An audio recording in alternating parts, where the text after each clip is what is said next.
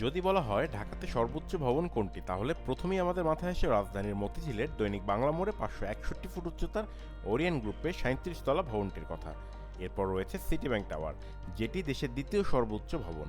রাজধানীর বাণিজ্যিক এলাকা মতিঝিলে অবস্থিত 358 ফুট উচ্চতার ভবনটিতে রয়েছে 34টি তলা। এটি দেশের প্রধান আর্থিক প্রতিষ্ঠান সিটি ব্যাংকের সদর দপ্তর। তৃতীয় সর্বোচ্চ ভবনের তালিকায় রয়েছে বাংলাদেশ ব্যাংক বিল্ডিং। 137 মিটার উচ্চতার এই বিল্ডিংটিতে রয়েছে 31টি তলা।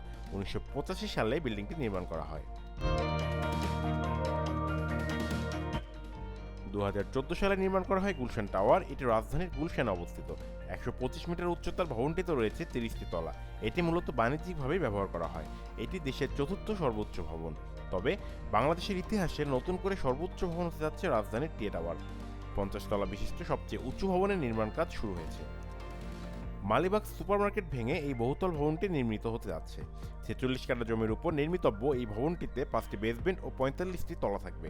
সম্পূর্ণ বাণিজ্যিক এই ভবনটিতে প্রথম তলা থেকে 9 তলা পর্যন্ত থাকবে শপিং মল, 10 থেকে 20 তলা পর্যন্ত থাকবে বিশেষায়িত হাসপাতাল, 21 থেকে 45 তলা পর্যন্ত থাকবে কমার্শিয়াল স্পেস। ভবনটির বেসমেন্টে 250 গাড়ির পার্কিং সুবিধা থাকবে। ছাদে থাকবে হেলিপ্যাড, যাতে হেলিকপ্টার নামতে পারে।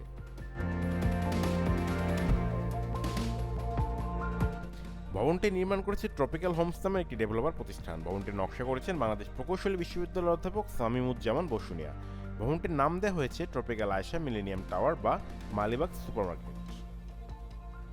মাহবুব রহমান, ডেস্ক নিউজ, RCTV।